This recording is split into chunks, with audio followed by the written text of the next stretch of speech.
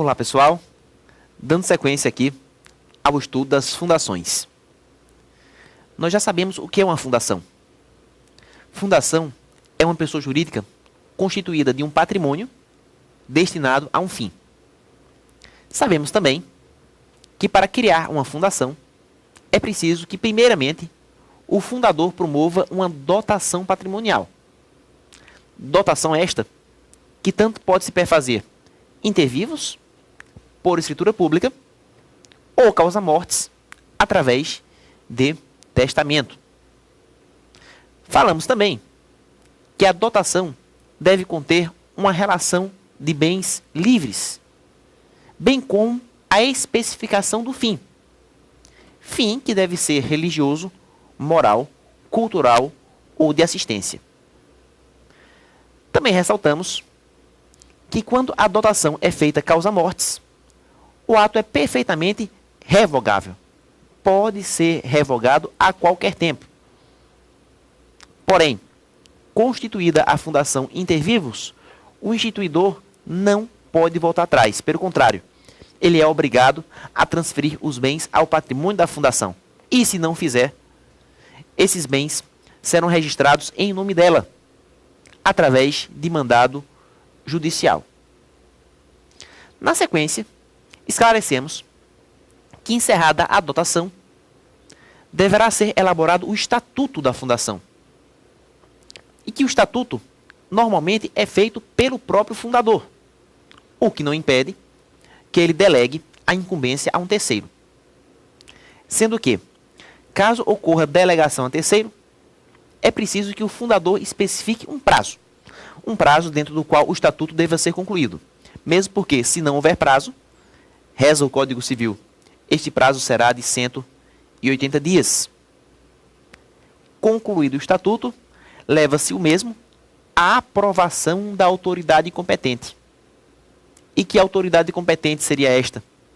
Já vimos, o Ministério Público. Então compete ao Ministério Público aprovar o estatuto da fundação, com possibilidade de recurso ao juiz, caso ocorra recusa. Na sequência, nós debatemos a fiscalização das fundações. E vimos que a fundação, por lidar normalmente com um vasto patrimônio, é fiscalizada pelo próprio Ministério Público. Que Ministério Público? Rememorando, quando a fundação situa-se em Estado, Ministério Público Estadual. Quando a fundação situa-se no Distrito Federal ou em territórios, diz o Código Civil, Ministério Público Federal. Só que a regra, recentemente, foi considerada inconstitucional pelo STF. E o Supremo afirmou a tese de que, situando-se a fundação no Distrito Federal ou em territórios, a fiscalização compete ao Ministério Público do Distrito Federal e territórios, e não ao Ministério Público Federal. Razão pela qual reconheceu-se a inconstitucionalidade do artigo 66, parágrafo 1º do Código Civil. Dando sequência ao assunto, vamos agora analisar a alteração do Estatuto da Fundação. Vejam vocês, considerando que a Fundação já esteja criada, considerando que a Fundação já esteja operando suas atividades, pergunto, seria possível, eventualmente, promover uma alteração estatutária? Alguma modificação que, de repente, alterasse um certo dispositivo constante do Estatuto? Claro que sim. Estatuto não nasce para semente. Ele pode sofrer modificações. Aliás, até a própria Constituição do Brasil, que é a nossa lei mais suprema, pode ser emendada. Se até a Constituição pode ser emendada, quanto mais o Estatuto de uma fundação. Ocorre que, para modificar o Estatuto da Fundação, alguns requisitos devem ser observados. E esses requisitos constam do artigo 67 do Código Civil. Acompanhem comigo. Artigo 67. Para que se possa alterar o Estatuto da Fundação, é mister que a reforma, primeiro requisito, seja deliberada por 2/3 dos competentes para gerir e representar a fundação. Atenção aqui para o quórum. 2/3. Esses quórums costumam cair muito em concurso.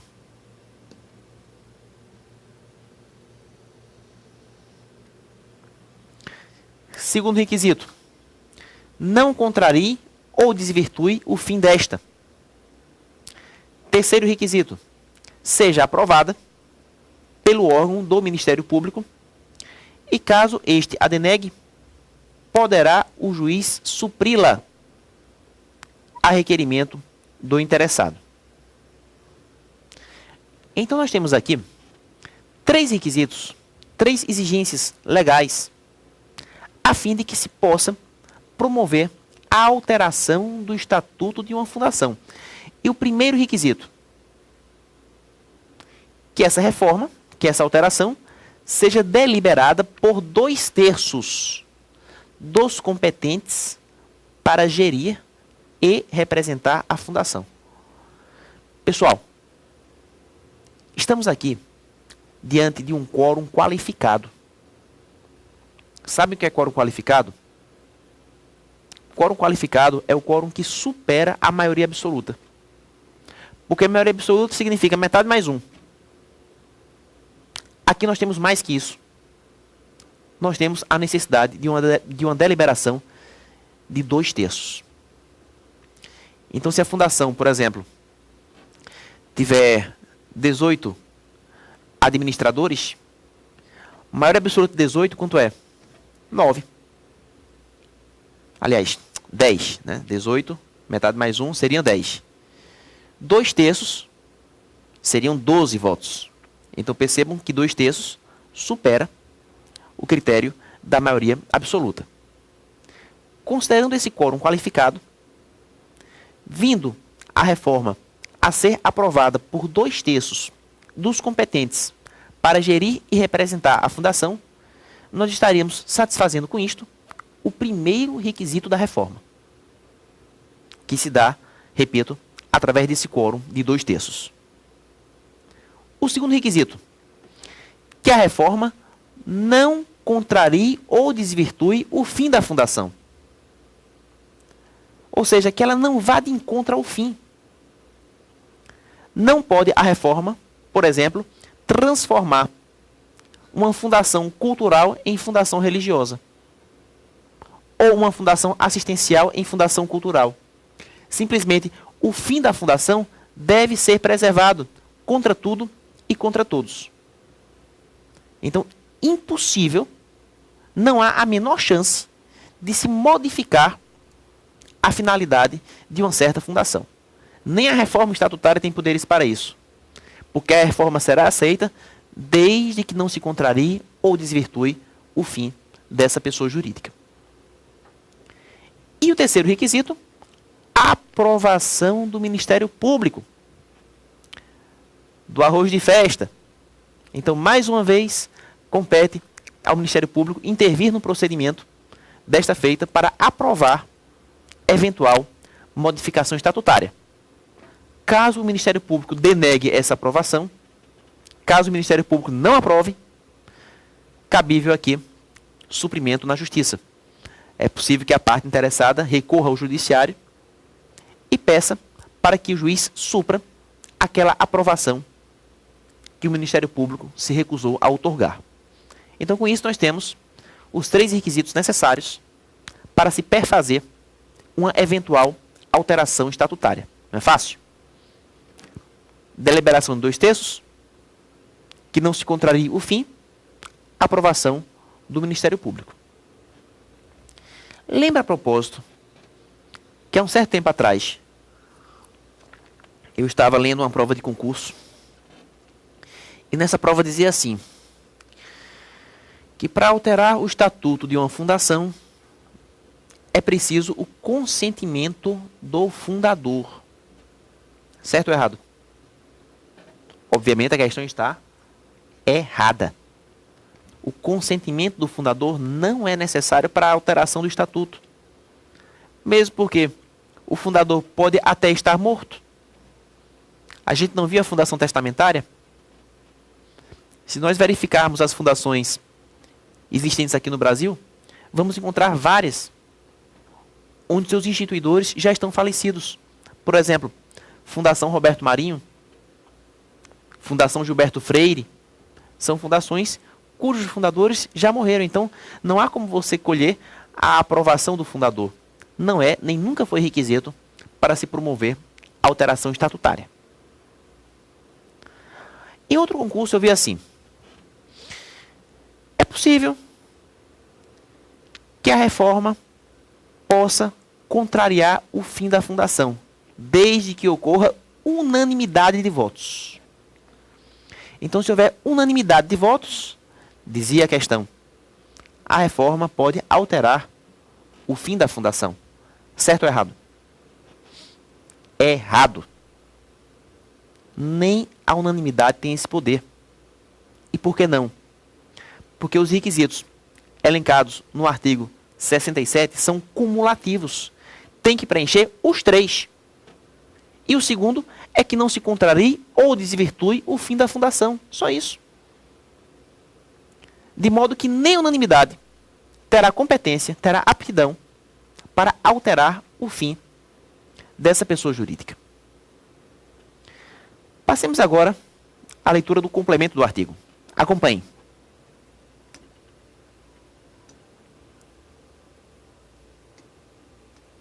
Artigo 68, que complementa o 67. Quando a alteração não houver sido aprovada por votação unânime, os administradores da fundação, ao submeterem o estatuto ao órgão do Ministério Público, requererão que se dê ciência à minoria vencida, para impugná-la, se quiser, em 10 dias. Um artigo pro forma. O mais interessante é que na alteração estatutária viesse a se formar uma unanimidade de votos. Ou seja, que todos estivessem concordes com a alteração. Mas, como dizia meu conterrâneo Nelson Rodrigues, daqui da minha terra, de Pernambuco, toda unanimidade é burra. Difícil obter unanimidade. E mesmo que se obtenha, quem disse que ela vai ser interessante? Mas, particularmente, aqui no artigo 68, está se referindo que quando não houver uma unanimidade de votos,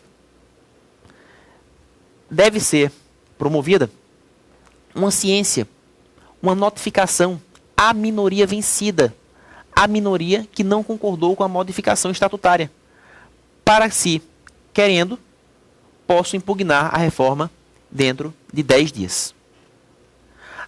Quer dizer que a minoria vencida vai impugnar a reforma e a reforma deixa de acontecer? Não, não é isso. O que vale é a vontade da maioria. Quando eu falo maioria, maioria qualificada, dos 2/3 dos votos. O que a minoria vencida pode fazer é impugnar a reforma apontando vícios.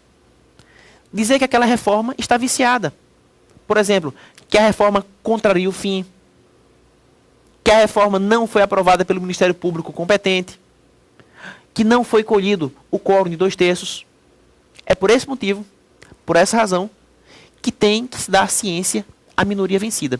E a minoria vencida, cientificada da reforma, terá 10 dias para apontar algum vício, alguma incongruência e, deste modo, impugnar o ato reformador.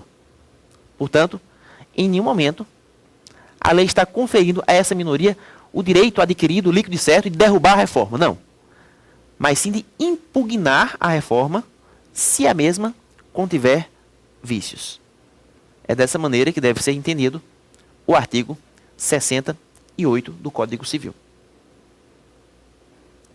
E na sequência o artigo 69. Acompanhe.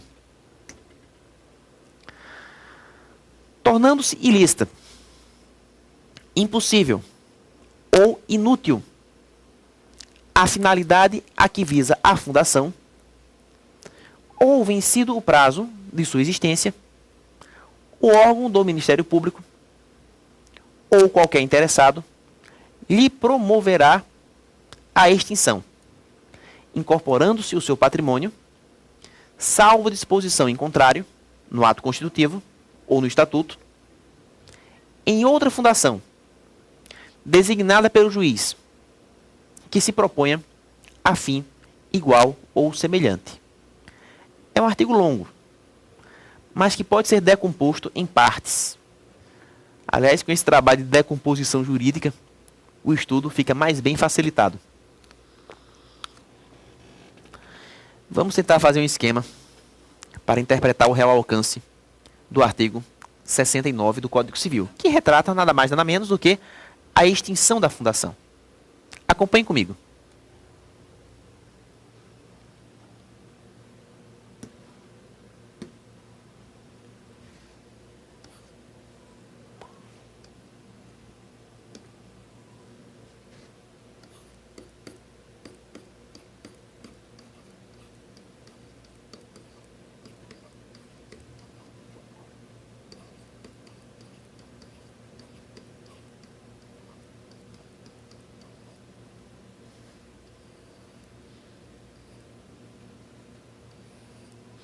Primeiramente,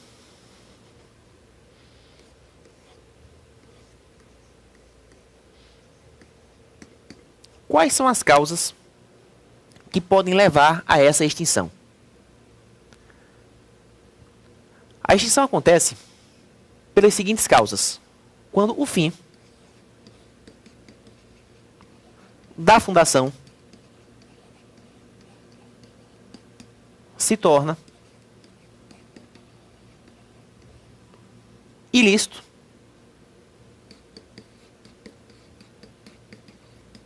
impossível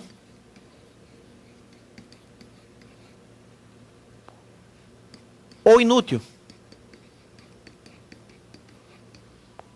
ou quando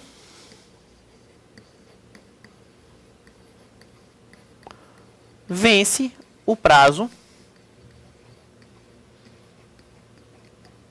de sua duração. Então, nós temos na prática 4 causas, 4 fundamentos capazes de gerar a extinção dessa pessoa jurídica. O primeiro deles, quando o seu fim se torna ilícito. Exemplo, uma fundação que prega o consumo e o tráfico de drogas. Fim ilícito. Uma fundação como esta não pode sobreviver. A segunda causa, quando o fim se torna impossível. Exemplo, uma fundação insolvente, que não tem patrimônio bastante para desempenhar suas atividades. Consequentemente, a finalidade se impossibilitou. A terceira causa, quando o fim é inútil. Exemplo, uma fundação que visa preservar os dinossauros.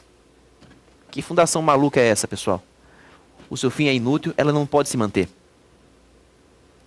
E a quarta causa, quando vence o prazo de sua duração.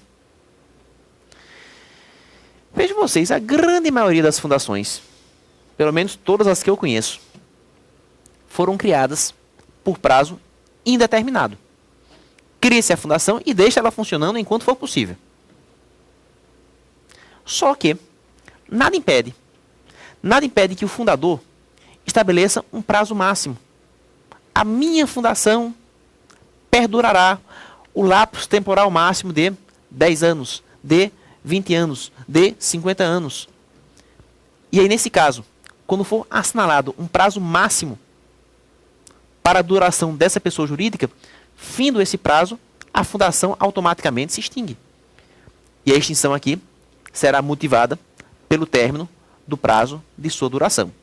Portanto, nós temos essas 4 causas capazes de promover a extinção da fundação. Quando o fim se torna ilícito, impossível ou inútil, ou quando vence o prazo de sua duração. Vamos agora analisar o procedimento. Qual o procedimento necessário para que a fundação se dissolva? Acompanhe comigo.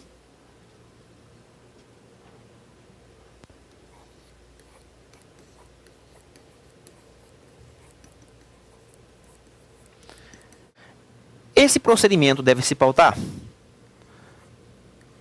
por decisão do juiz, a requerimento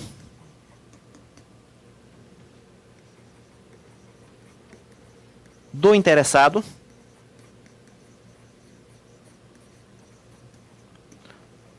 ou do Ministério Público. Percebam vocês, a dissolução da fundação, ela deve acontecer quando o juiz, em decisão fundamentada, assim o determinar. Então, necessariamente, tem que se levar a dissolução a juízo. Só que o juiz não conta com poderes para ex officio determinar a extinção dessa pessoa jurídica. O juiz não pode extinguir fundações de ofício. É preciso que ele seja provocado. E provocado por quem? Provocado através de requerimento do interessado ou do Ministério Público. Então, cabe ao interessado, cabe ao Ministério Público formular o requerimento para que o juiz, em sentença, decrete a dissolução da fundação. E, finalmente, considerando que a fundação se extinguiu, qual o destino do seu patrimônio? Para onde vai o patrimônio da fundação extinta? Observem aqui.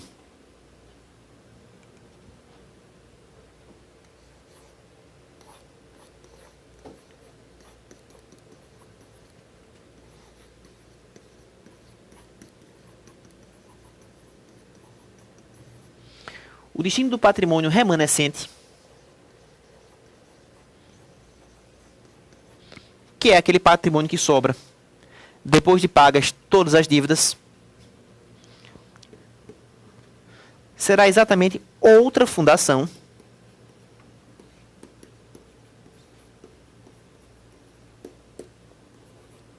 de fim idêntico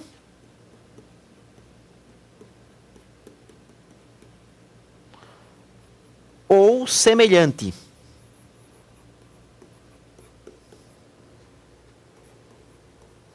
salvo disposição em contrário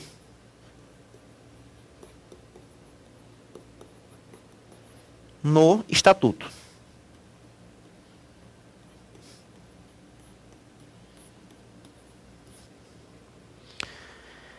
Percebam vocês, dissolvida finalmente a fundação, pagas as dívidas, apurado o ativo, enfim, o que sobrar do seu patrimônio deve ser atribuído a uma outra fundação de fim idêntico ou semelhante, o que, de certa maneira, mantém o objetivo visado desde o início pelo fundador. Agora, nada impede que o estatuto contenha previsão diversa, que o estatuto traga disposição em contrário. Por isso, salvo disposição contrária no estatuto, o remanescente patrimonial da fundação dissolvida será entregue a uma outra fundação de fim idêntico ou semelhante. E com isso nós ficamos experts em fundações. Pessoal, na parte geral do Código Civil, duas pessoas jurídicas foram trabalhadas. De um lado, associações. E de outro, fundações. Sociedades não vêm previstas na parte geral, e sim na parte especial, no livro referente ao direito de empresa. Portanto, nós não nos preocupamos com sociedades por enquanto. A nossa preocupação se centra em associações e fundações. E existem muitos elementos diferenciais entre uma pessoa jurídica e outra. É por isso que eu acho interessante, à guisa de conclusão, traçarmos um paralelo.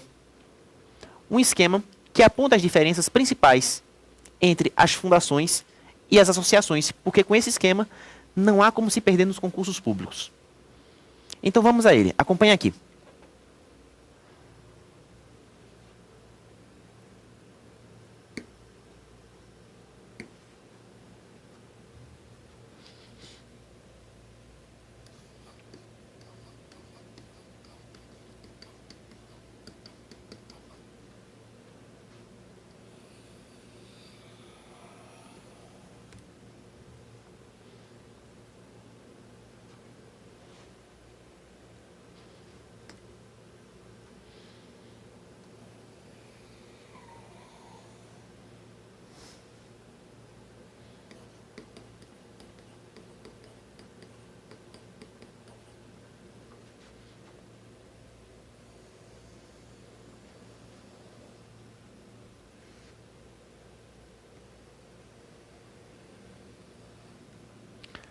Primeiramente, qual o conceito de uma associação? Associação é uma pessoa jurídica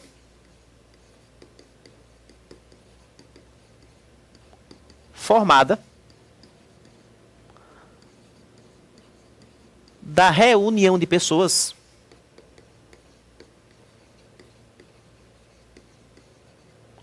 sem fins econômicos. Já as fundações representam pessoa jurídica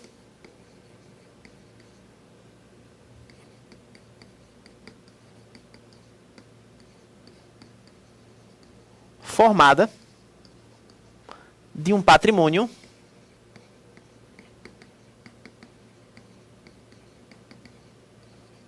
destinado a um fim. Então percebam que o conceito é diferente. Outra diferença.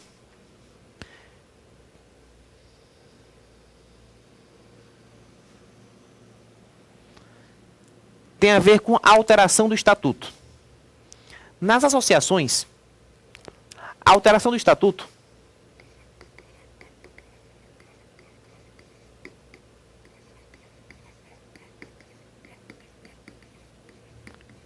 é deliberada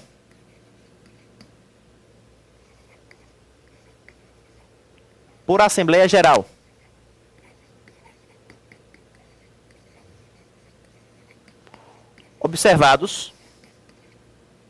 Observado o quórum previsto no próprio estatuto. Enquanto que, no campo das fundações, a alteração do estatuto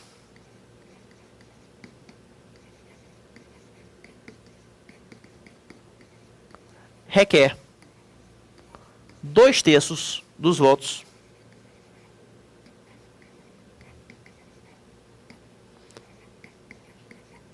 que não se contraria o fim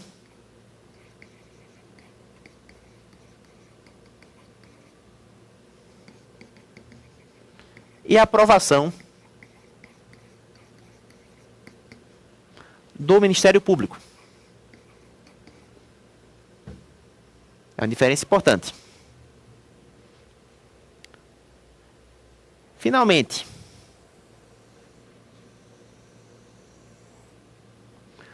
quando se extingue uma associação, o seu patrimônio remanescente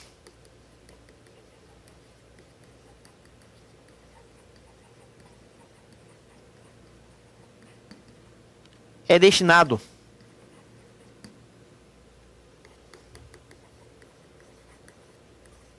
à instituição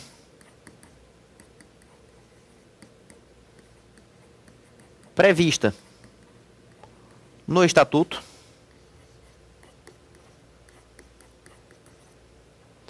ou em não havendo a instituição semelhante,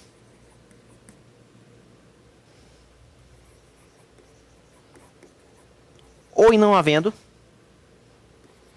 a fazenda pública. Já no campo das fundações, o patrimônio remanescente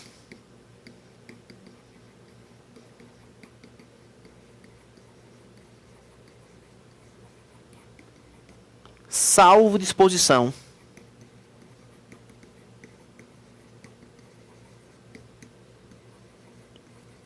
em contrário no estatuto,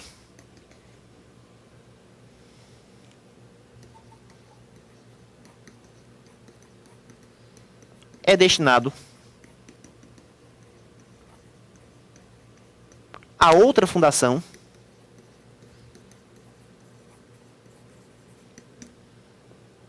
de fim idêntico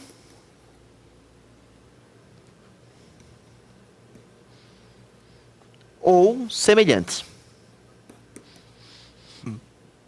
com isso, nós temos aqui apontadas as principais diferenças entre associações e fundações, fechando com chaves de ouro o tema pessoas jurídicas. Gente, um forte abraço a todos, bons estudos e até o nosso próximo encontro.